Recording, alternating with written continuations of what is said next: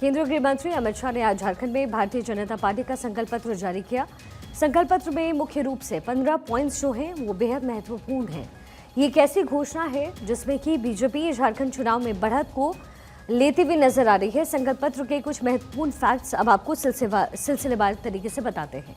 2,47,000 जो सरकारी नौकरी है उसकी बात यहाँ पर इन पॉइंट्स में की गई। इसके साथ ही स्वरोजगार के अवसर 500 रुपए में गैस सिलेंडर का वादा बीजेपी की तरफ से हुआ है।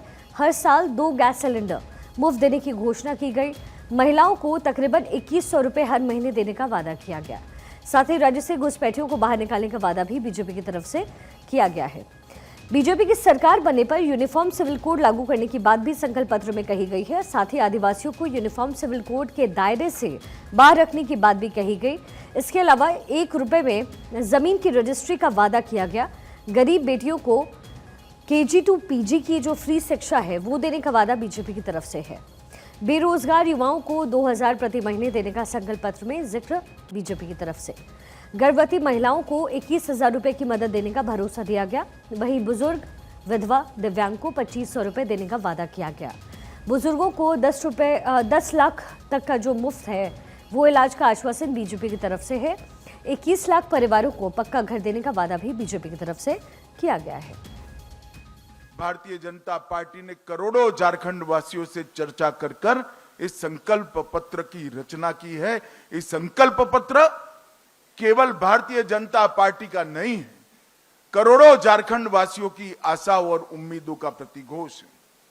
करोड़ों झारखंड वासी जो अपनी धरोहर की सुरक्षा करने के लिए कृत निश्चयी है, इसका प्रतिघोष इस संकल्प में है। कुशासन और भ्रष्टाचार का अंत करने की इनकी जो इच्छा है, इसका प्रतिघोष इस संकल्प पत्र में है। गरीब कल्याण, इसका प्रतिघोष इस संकल्प पत्र में दिखाई पड़ता है। और देश की सीमाओं की सुरक्षा और आदिवासियों की भूमि, बेटी और रोटी की सुरक्षा, इसका भी प्रतिघोष इस संकल्प पत्र में दिखाई पड़ता है। तो संकल्प पत्र जारी करने के बाद गृह मंत्री अमित शाह ने रांची, पूर्वी सिंहभूम और हजारीबाग में जनसभा को संबोधित किया। अमित शाह ने हेमंत सोरेन सरकार पर जमकर निशाना साधा। शाह ने कहा कि झारखंड का जो ये चुनाव है वो न सिर्फ सरकार बदलने का चुनाव है बल्कि झारखंड का भविष्य सुरक्षित करने का चुनाव है। अमित शाह ने आरोप लगाया है कि वर्तमान सरकार झारखंड की अस्मिता, रोटी बेटी माटी को बचाने में विफल रही है। झारखंड में UCC जरूर आएगा। हमारी सरकार झारखंड में UCC लाएगी, मगर UCC से आदिवासियों को पूर्णतया हम बाहर रखेंगे। कोई आदिवासी के अधिकार और कानून को UCC से हम नहीं। भारतीय जनता पार्टी देश की राजनीति में एक अकेली ऐसी पार्टी है जो कहती है वो करती है। हमारी राज्य सरकारों का इतिहास है, हमारी केंद्र सरकारों का इतिहास है। जब जब भारतीय जनता पार्टी सत्ता में आई, हमने लिए गए सभी संकल्पों को पूरा किया है। ये हमारा ट्रैक रिकॉर्ड है और इसलिए हमारे संकल्प पत्र को झारखंड की जनता, विशेषकर पिछड़ा वर्ग, गरीब, आदिवासी, दलित और शहर के लोग बड़ी आशा के साथ, बड़ी उम्मीद के साथ इसकी राह देख रहे हैं। जो घुसपैठिया जमीन हड़प कर बैठे हैं, उनको भी मैं कहना चाहता हूं, चैन की नींद सोना बंद कर दो। भाजपा सरकार आएगी, ये भेंट से, दान से जमीन हड़पाने का कानून हम लाएंगे, इसको प्रतिबंधित करेंगे और उसको रिट्रोस्पेक्टिव इफेक्ट से लाकर जिन महिलाओं का भूमि गया है उनको फिर से वो महिलाओं के नाम पर लाने का काम भी करेंगे। हाई कोर्ट इसका संज्ञान लेती है, एक ऑर्डर करती है कि घुसपैठिए को चिन्हित करिए, इनको डिलीट करिए, डिटेक्ट करिए और डिपोर्ट करिए। झारखंड सरकार ना बोलती है, हेमंत सोरेन आप बचा नहीं पाओगे। झारखंड में भारतीय जनता पार्टी की सरकार बन रही है। एक एक घुसपैठियों को चुन चुन कर निकालने का काम भारतीय जनता पार्टी करने वाली है। तो देखिए, झारखंड में इस समय बीजेपी अपने आप को पूरी तरीके से तैयार कर रही है। धनंजय मंडल मेरे सहयोगी मेरे साथ कनेक्टेड है। धनंजय, बीजेपी की किस तरीके से कोर में इस समय तैयारी दिख रही है, क्योंकि इस समय कांग्रेस को शिकस्त देना, जेएमएम को शिकस्त देना, ये बीजेपी का के लिए एक मुख्य चुनौती के तौर पर है। और बीजेपी जो संकल्प पत्र लेकर के आई है, क्या ये मैच होता हुआ नजर आ रहा है?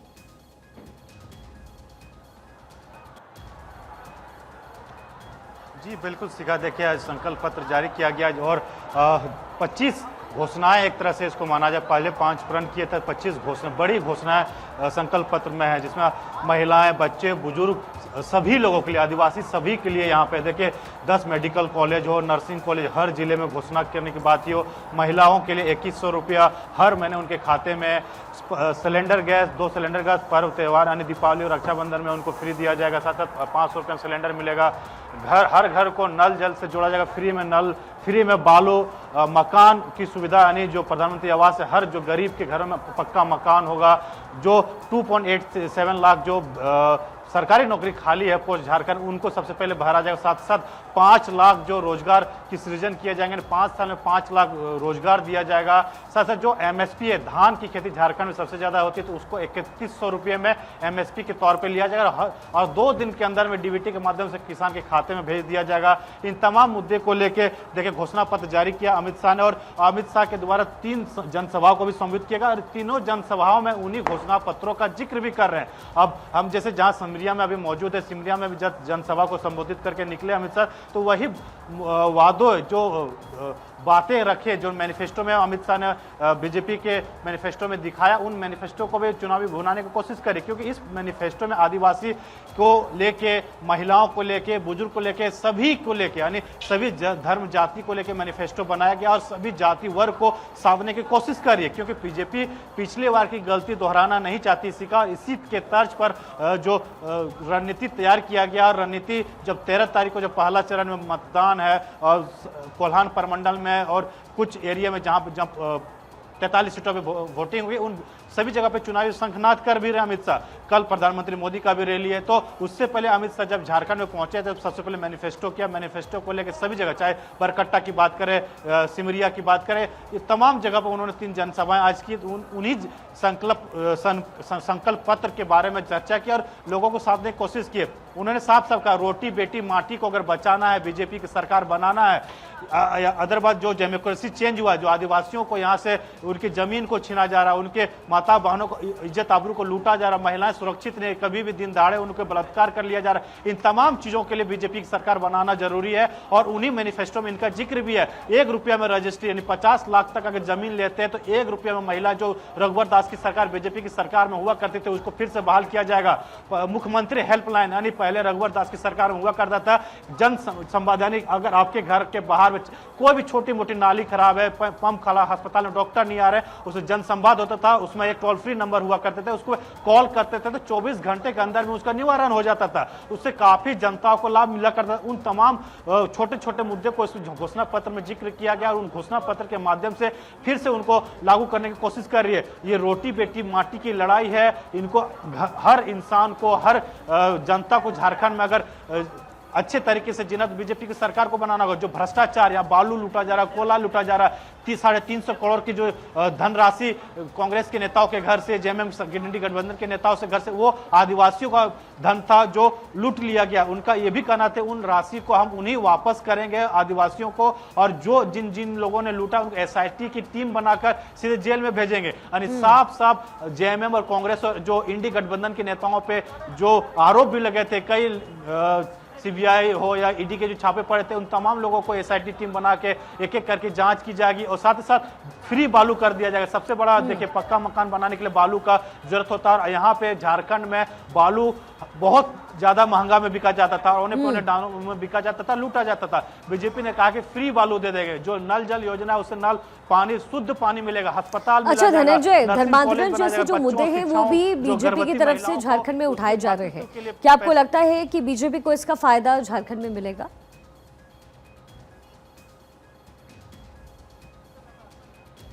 देखिए जी बिल्कुल इस धर्मांतरण के मुद्दे को फायदा मिलेगा, क्योंकि देखिए जो संथाल परगना है, मैं उस जगह पे गया हूं तो काफी डेमोग्राफी चेंज भी हुआ है।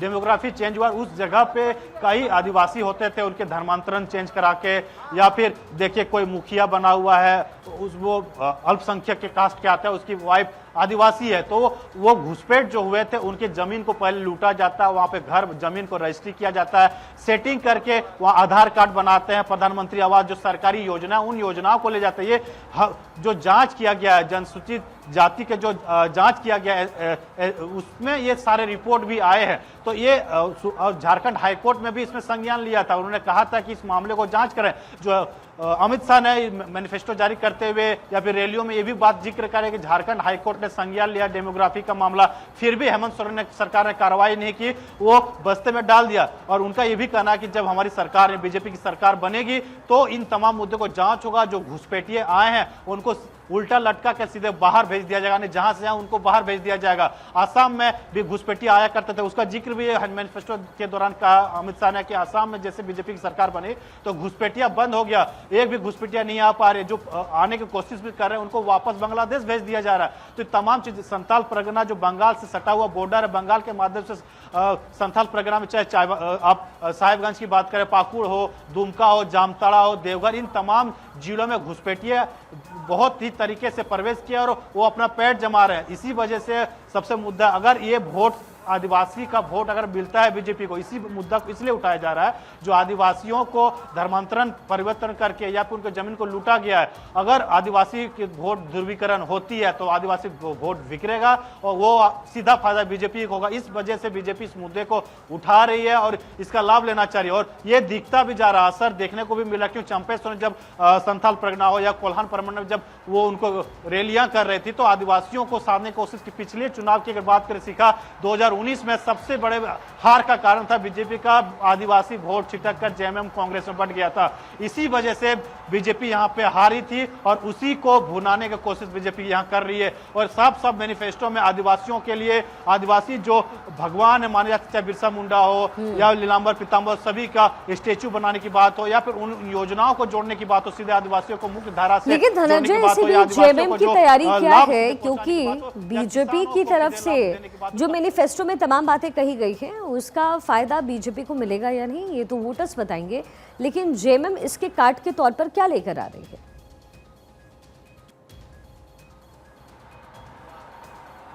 देखिए, जेएमएम ने अभी तक घोषणा पत्र जारी नहीं किया, इसे बीजेपी का ही इंतजार कर रहे हैं। उसके बाद ये हो सकता, राहुल गांधी भी एक दौरा है तो उसके बीच में छठ पूजा के बाद वो मैनिफेस्टो अपना जारी करे। देखिए, हमें जो जानकारी मिल रही है, जो बिजली फ्री जेएमएम सरकार ने 200 यूनिट किया था तो बीजेपी ने मैनिफेस्टो में 300 यूनिट कर दिया। ये जानकारी मिलने को आ रही है कि हो सकता है बिजली जो यूनिट फ्री है वो बढ़ा दिया जाए।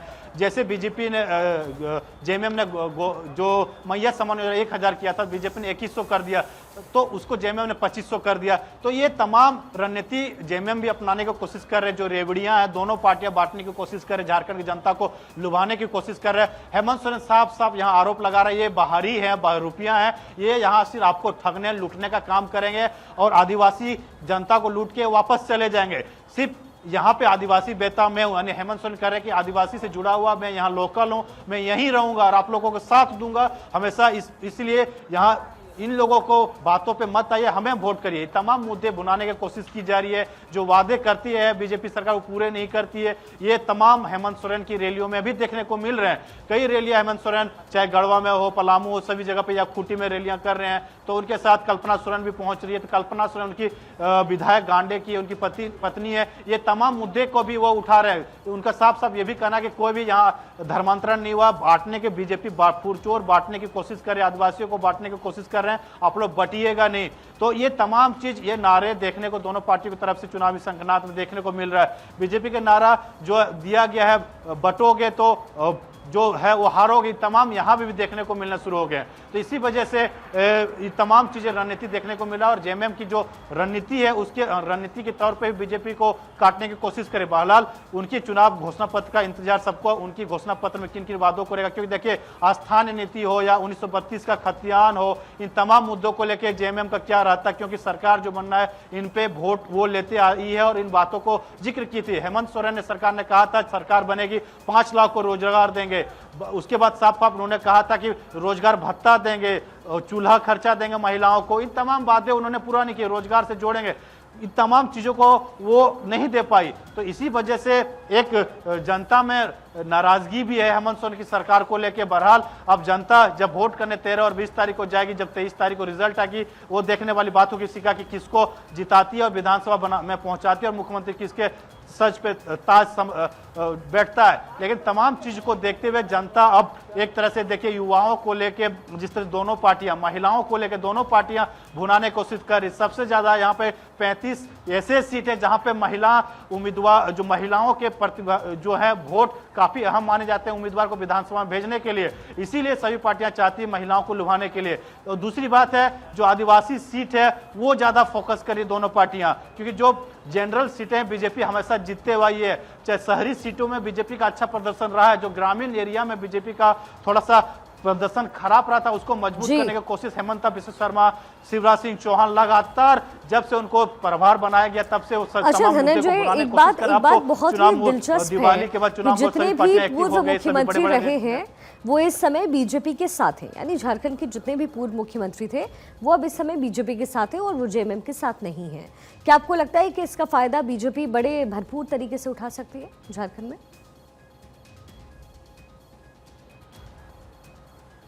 जी बिल्कुल, देखिए अर्जुन मुंडा हो, मधु कोड़ा हो, चंपे सोरेन, ये तमाम मुख्यमंत्री का फैमिली या फिर उनके उम्मीदवार भी उतारा और सभी कोल्हान क्षेत्र में पहले फेज में ही चुनाव वहां पे, और पहला फेज बीजेपी के लिए काफी अहम माना जा रहा है सीगा, क्योंकि वही कोल्हान का परमंडल है। कोल्हान में जो परमंडल में बीजेपी एक भी सीट नहीं जीत पाई थी पिछले बार, इसी के कारण वो चुनाव हारी थी। और इस बार सभी चारों पूर्व मुख्यमंत्री चुनावी मैदान में एक तरह से रणनीतिक तौर पर बनाया है और वो प्रचार प्रसार भी करे, चाहे अर्जुन मुंडा की बात करें, चंपे सोरेन हो, मधु कोड़ा हो, ये तमाम जो मुख्यमंत्री पूर्व मुख्यमंत्री झारखंड में रहे वो एक तरह से प्रचार प्रसार कर रहे हैं और वो एक एक बातों को रख रहे हैं, उन मुद्दों को रख रहे हैं। चंपे सोरेन साफ साफ कर, जो मैया योजना किसने बनाई, जब हम मुख्यमंत्री थे उन्होंने तब ये जनता को देने के काम किया। हेमंत सोरेन की सरकार ने कुछ काम नहीं किया, जो 5 महीने में मुख्यमंत्री रहा वो मुख्यमंत्री के 5 साल के बराबर का काम किया। तो वो उन वादों को दिखाने की कोशिश कर रहे हैं कोल्हान परमंडल में वो,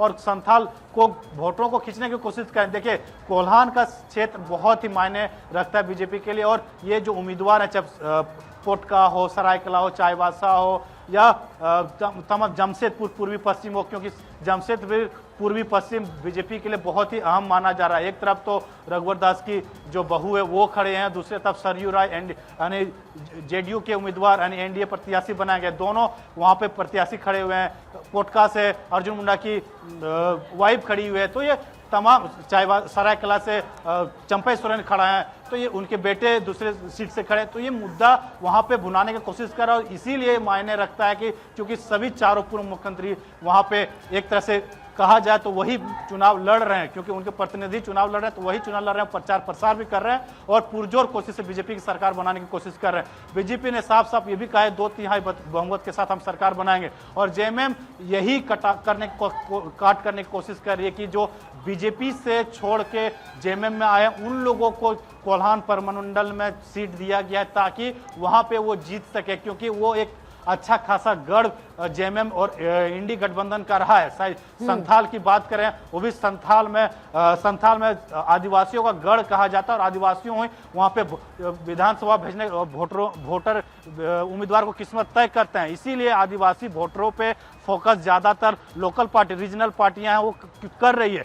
बीजेपी जनरल ओबीसी की बात करें या अल्पसंख्यक की बात करें, तमाम लोगों को मैनिफेस्टो में इसीलिए रखा है, और सभी लोगों को किसान बेरोजगार, महिलाएं, युवाओं, जब उन्होंने ये भी बात कहा जेपीसी जो पेपर लीक का मुद्दा झारखंड में, देखिए जब भी जेपीसी का एग्जाम हुआ कभी भी सक्सेसफुल नहीं हो पाया है। उन्होंने कहा है इस बार जो जेएमएम सरकार ने कराया था, पेपर लीक के मामले आए थे, वो जैसे बीजेपी की सरकार बनेगी हम पेपर उसको एग्जाम को रद्द करेंगे, एसआईटी टीम गठन करेंगे, दोबारा एग्जाम को कंडक्ट करेंगे। यानी युवाओं को जिस तरह से अपने ओर खींचने की कोशिश कर रहे हैं, महिलाओं को जिस ओर बीजेपी अपने ओर खींचने की कोशिश कर रहे हैं, साफ साफ ये दिख रहा है। अमित शाह की चुनावी रैलियों में वो देखने को मिल रहा है, हेमंता बिस्वा शर्मा की चुनावी रैलियों में देखने को मिल रहा है, बाबूलाल मरांडी की चुनावी रैलियों में देखने मिल रहा है, अर्जुन मुंडा की भी चुनावी रैलियों में देखने मिल रहा है। दूसरी तरफ जेएमएम की अगर बात करें सीखा, जेएमएम उन्हीं मुद्दों को उन्होंने कहा कि जब से हम सरकार बने हर महीने हमने रोजगार दिया है, हर महीने नियुक्ति पत्र बांटा है, रोजगार को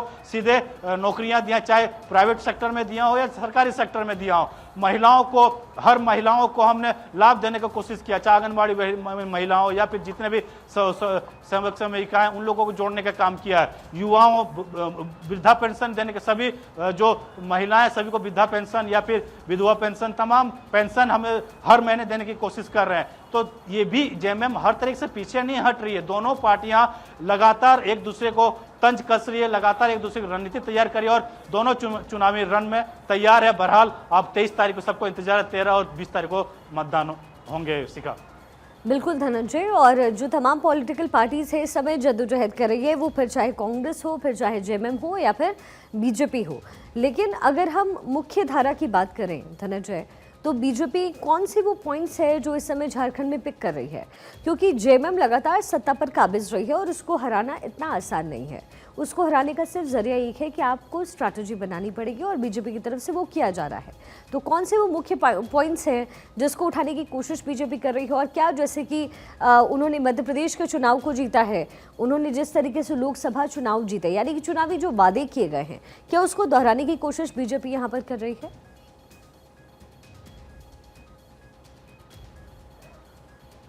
देखिए उन तमाम वादे जो पिछले जहाँ पे भी बीजेपी की सरकार, चाहे मध्य प्रदेश हो, छत्तीसगढ़ हो, उड़ीसा हो, जिस तरह से बीजेपी ने सरकार वहाँ बनाई है सीखा, उसी पॉइंट बिंदु को झारखंड यहाँ पे देखिए आदिवासी मुख्यमंत्री चेहरा बनाया गया है छत्तीसगढ़ में, बगल के राज्य उड़ीसा है वहाँ पे भी आदिवासी चेहरा। तो बीजेपी यही स्ट्रेटेजी तैयार की है कि हम आदिवासी मुख्यमंत्री हर जगह बनाएं और आदिवासियों को मुख्य धारा में, जो दूसरी पार्टी है चाहे कांग्रेस हमेशा आदिवासियों को ठगने छलने का काम किया है, हम आदिवासियों को मुख्य धारा में नौकरी हो या फिर तमाम मुद्दे से जोड़ के उनको आगे के रास्ता में लेके आने की कोशिश कर रहे हैं। इसी मुद्दे को लेके वो पहला आदिवासी मुद्दा है, क्योंकि आदिवासी यहाँ पे मेन फैक्टर है। दूसरा महिलाएं, देखिए बीजेपी जब भी सरकार में आती है, महिला वोट जबरदस्त जब करती है, मतदान करती है, तो बीजेपी का परसेंटेज बढ़ता है और बीजेपी की सरकार हर जगह बनती है। चाहे मध्य प्रदेश में देखिए गैस वाला योजना कारगर साबित हुआ, महिला जो को लाडली योजना वहाँ पे जो काम हुआ था मध्य प्रदेश में, वो योजना कारगर साबित हुआ। तो बीजेपी दीदी गोगो योजना यहाँ पे दिया जा रहा है। तो वो तमाम योजना दूसरे प्रदेशों में जिस तरह से कारगर साबित हुआ चुनाव जीतने पे, वहाँ पे मुख्यमंत्री बनाने में, क्योंकि देखिए जिस तरह से राजस्थान की बात करें या उड़ीसा की बात करें, छत्तीसगढ़ की बात करें, मध्य प्रदेश की बात करें, जैसे बीजेपी की सरकार वहाँ पे बनी है, उन सरकार में जो कल्याणकारी योजना, प्रधानमंत्री की कल्याणकारी योजना को वहाँ फलाफल डबल इंजन की सरकार बना के जनता तक पहुंचाने के काम कर रही है। उसी उन योजनाओं को भी स्टेट में भी अलग अपने तरीके से स्ट्रेटेजी तरह से काम करती है। वही स्ट्रेटेजी यहाँ पे अपनाया जा रहा है बीजेपी के द्वारा। साफ साफ कहना, देखिए अमित शाह हो या तमाम बीजेपी के बड़े नेताओं का कहना है कि जो केंद्र की योजना है, केंद्र की जो कल्याणकारी योजना है, वो झारखंड की धरातल पर नहीं उतर पाता है। हेमंत सोरेन की सरकार उनको रोक देती है। अगर डबल इंजन की यहाँ पे सरकार बनेगी, डायरेक्ट कोई भी रोक ठोक नहीं होगा, सीधे आम लोगों तक योजनाएं जाएंगी, आम लोगों तक योजना जाएगी तो उनका विकास होगा। झारखंड जाहिर है उनको फायदा भी मिलेगा, चाहे कोई भी पॉलिटिकल पार्टी हो जो एजेंडे सेट कर रही है, उसका फायदा धनंजय पॉलिटिकल पार्टी के साथ साथ लोगों को भी मिलेगा।